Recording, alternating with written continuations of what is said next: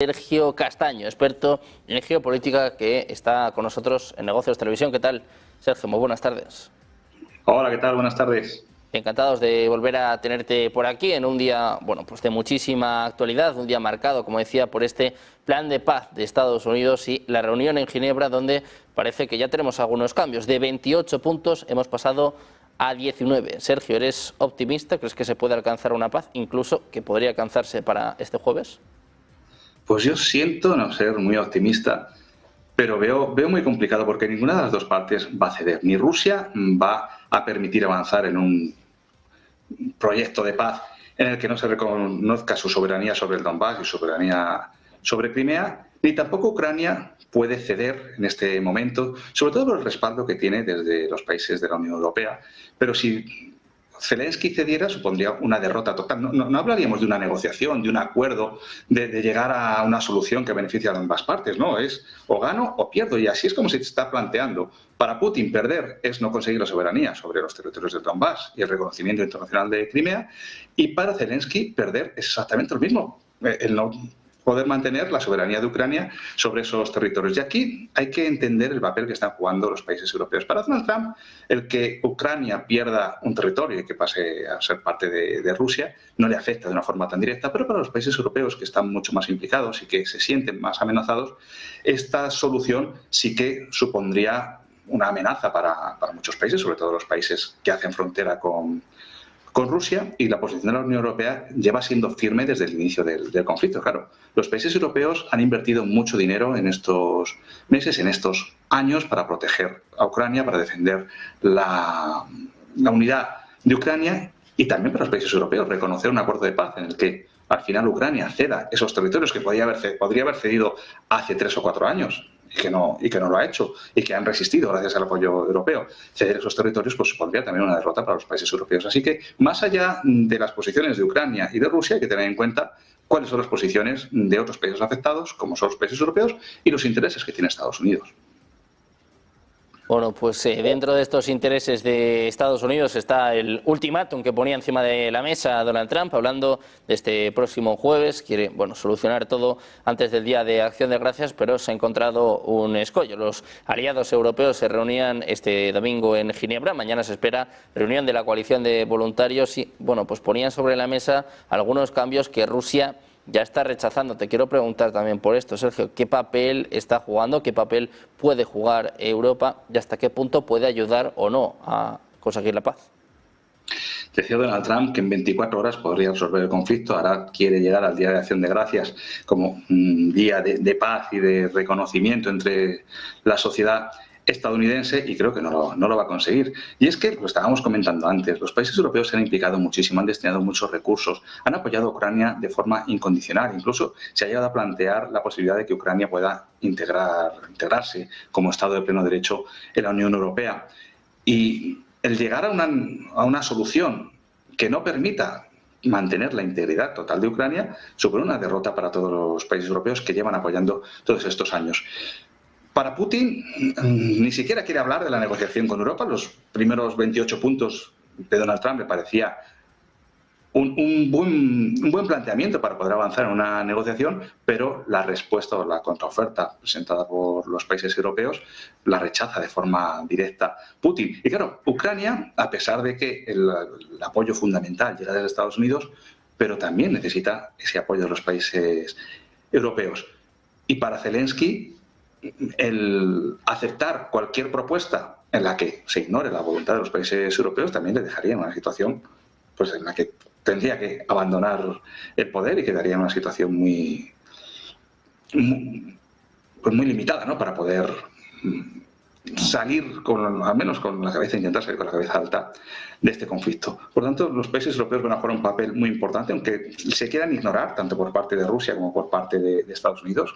Putin y Trump quieren reconocer el papel de los países europeos, pero al fin y al cabo son los países que están apoyando a Ucrania desde el primer momento y que están afectados de forma directa por el conflicto.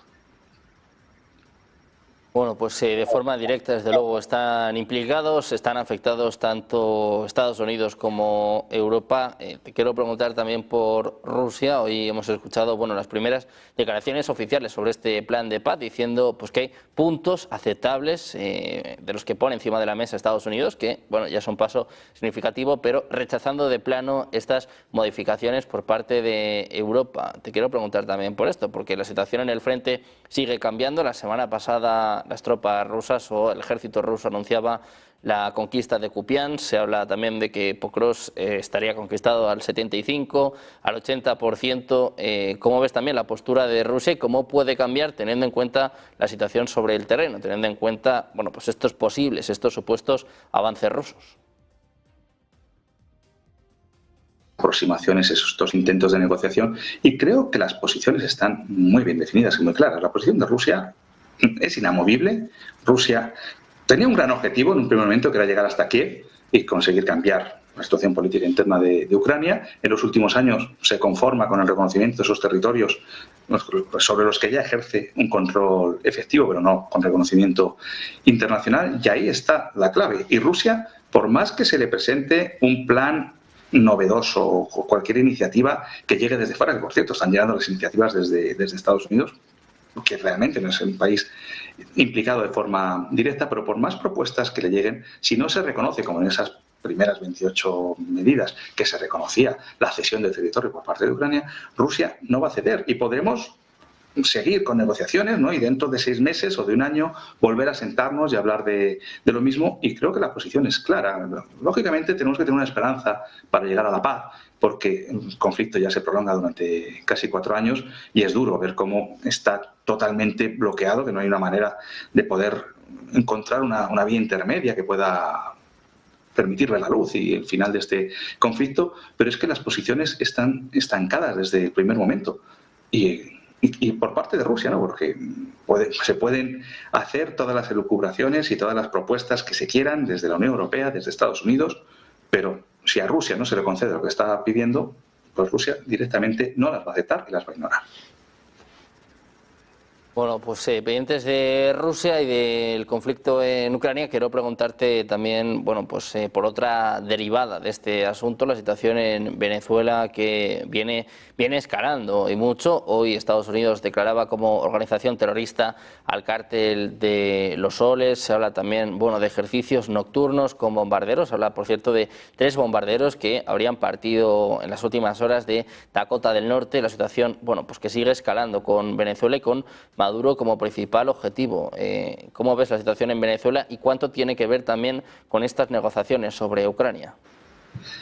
Hay implicaciones, lógicamente, porque Venezuela se ha posicionado desde hace muchos años cerca de Rusia, cerca de China, cerca de Irán, en ese intento por crear un orden mundial alternativo, y lo que sucede en Venezuela pues al final tiene implicaciones sobre ese orden mundial que se está consolidando cada vez más. Pero es preocupante lo que está pasando ahora mismo en Venezuela, sobre todo por el uso interesado del término terrorismo. Desde la guerra contra el terror en el año 2001, cuando George Bush establece que la lucha contra el terrorismo se debe llevar a cabo en términos de guerra, en cualquier contexto bélico en el que se señala a una de las partes como terrorista, esto legitima para utilizar medios que no permiten en otro contexto el derecho internacional, que no se pueden emplear, pues por ejemplo lo que está haciendo Donald Trump ahora mismo de atacar todas las embarcaciones que salen desde Venezuela porque supuestamente están tripuladas por narcos, sin que haya una detención, sin que se verifique si realmente esas embarcaciones llevan droga o no llevan droga, quién las tripula. En el momento en el que se señala, además se está señalando a un gobierno, no se está señalando a un gobierno, a un presidente de gobierno, en este caso a Nicolás Maduro, como integrante de una organización terrorista que, según las últimas informaciones, tampoco está tan claro que esté conformado este clan de Los Soles, pero simplemente el señalarlo de esta manera, señalarlo como terrorista, legitima a Estados Unidos a poder utilizar instrumentos, armas o formas ofensivas que no se habían planteado hasta el momento. Claro, esto nos sitúa en un escenario muy peligroso. ¿Llegará Estados Unidos a entrar en Venezuela? ¿Llegará a producirse un ataque? ¿Intentará Estados Unidos acabar con el gobierno actual de Venezuela mediante el uso de su ejército? en los términos en los que se está planteando, se está legitimando una posible acción en la que, justificando que el clan de los Sols está impactando sobre la seguridad de Estados Unidos podría actuar. Esto provocaría una reacción por parte de quienes están apoyando a Venezuela. Es muy delicado y creo que se está hablando muy poco de lo que está sucediendo en Venezuela. Llevamos ya varios meses. Se está hablando poquísimo, pero es muy delicado porque si Estados Unidos decidiera actuar en Venezuela, ¿cuál sería la respuesta de China? ¿Cuál sería la respuesta de Rusia? ¿Dejarían caer a Maduro y que Venezuela pudiera tener un gobierno próximo o afín a los Estados Unidos? Preocupante, la verdad, que Estados Unidos está incrementando su presencia militar cerca de las costas venezolanas y esto pues nos lleva a un escenario parecido al que teníamos en enero del año 2022, cuando las tropas rusas se iban acercando a la frontera de Ucrania y muy pocos eran los que pensaban que Putin se llegara a atrever a entrar en territorio ucraniano. Al final entró y vamos a ver lo que sucede en Venezuela, pero es realmente preocupante.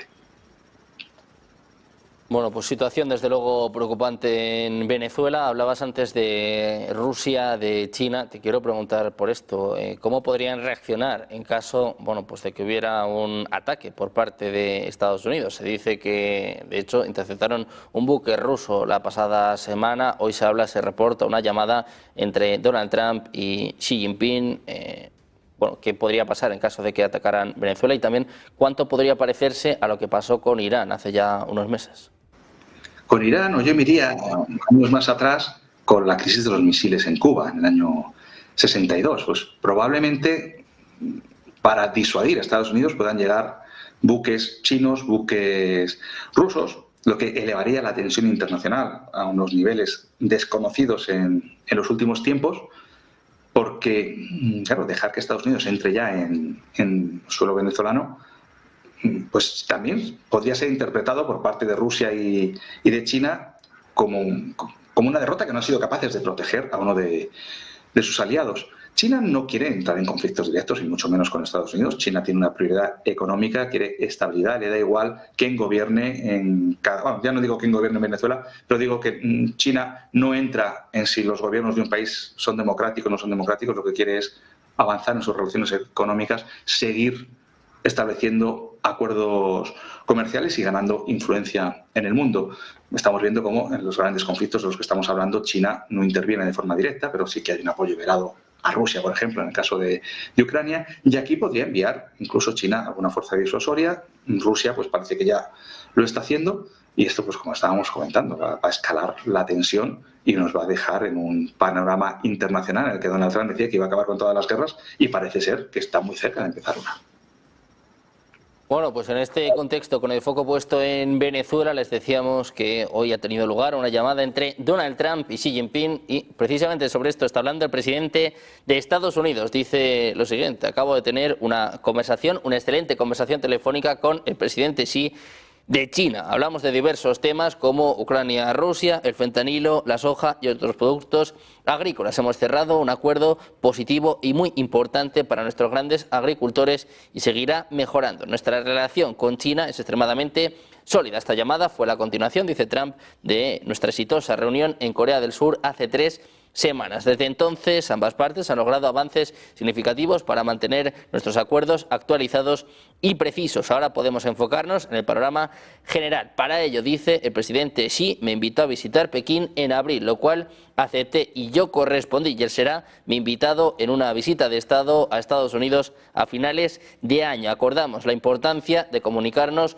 con frecuencia, algo que espero con interés, en medio de esta escalada en Venezuela, en medio de estas negociaciones sobre Ucrania. Donald Trump habla con el presidente chino Xi Jinping y da cuenta de los avances de estas conversaciones. Sergio, te quiero preguntar también por esto, esta comunicación, estas llamadas entre Trump y Xi y todos estos frentes geopolíticos que están abiertos y que imaginemos que se habrán debatido en el día de hoy.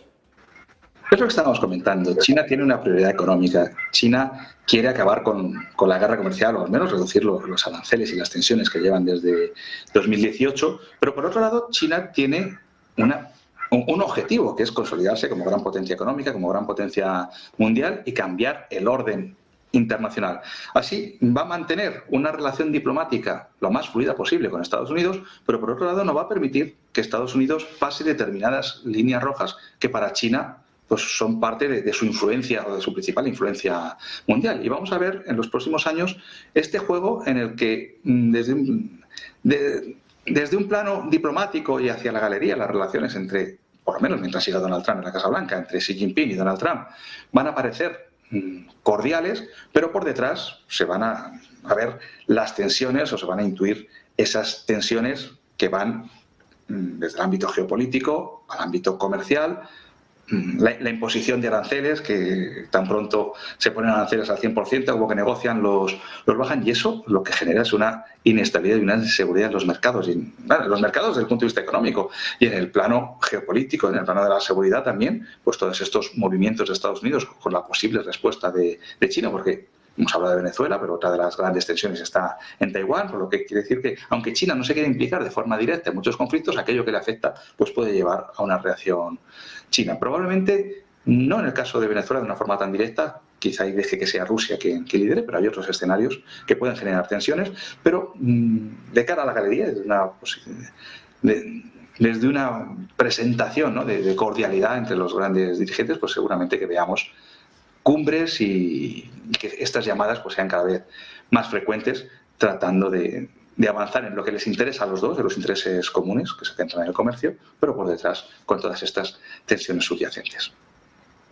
Todo esto, Sergio, hablando de China, para terminar, me gustaría preguntarte, bueno, pues por estas tensiones con Japón, se dice, bueno, pues que Japón va a desplegar misiles a unos 100 kilómetros más o menos de Taiwán. Estamos viendo un choque dialéctico. Algunos dicen que puede ser la tercera guerra abierta, que puede ser quizás bueno, pues una de las cuestiones a tener en cuenta de cara al próximo año. ¿Cómo ves esta tensión entre China y Japón y cómo puede afectar también al panorama geopolítico en general? Pues son tensiones históricas que se prolongan durante casi dos siglos, y no nos vamos a periodos anteriores, las guerras sino-japonesas, pero que aquí tiene una implicación global, porque volvemos de nuevo a ese mismo escenario que estábamos hablando antes, pero nos trasladamos a Asia. Japón es uno de los principales aliados de Estados Unidos en Asia. Japón, Corea del Sur son los grandes aliados, los grandes referentes, y si se llegara a una escalada de tensión, ya no digo una confrontación directa, porque probablemente aquí no interese ni a ninguno de los aliados de China, ni al otro bloque, ¿no?, el bloque liderado por Estados Unidos, que haya una confrontación directa, que haya una guerra, pero sí que va a escalar la tensión y vamos a tener varios escenarios en el mundo. Nos hemos centrado en estos últimos años en Ucrania, en Gaza, pero ahora tenemos otro frente abierto en Venezuela. Se nos puede abrir un frente en Asia, sin olvidarnos pues de otros conflictos en los que no están tan implicadas las grandes potencias, pero que siguen vivos. Pero también otra situación muy peligrosa la que se puede dar en Asia si las tensiones entre Japón y China aumentan, y cuál puede ser la reacción del principal aliado de Japón, que es Estados Unidos. Bueno, pues el foco puesto en estas tensiones en Asia, estas tensiones históricas, como bien nos estaba explicando Sergio. Vamos a estar muy atentos a los acontecimientos, a este choque entre China y Japón. Nosotros te agradecemos que hayas pasado por aquí, Sergio. Muchísimas gracias. Muy bien, gracias por estar con nosotros.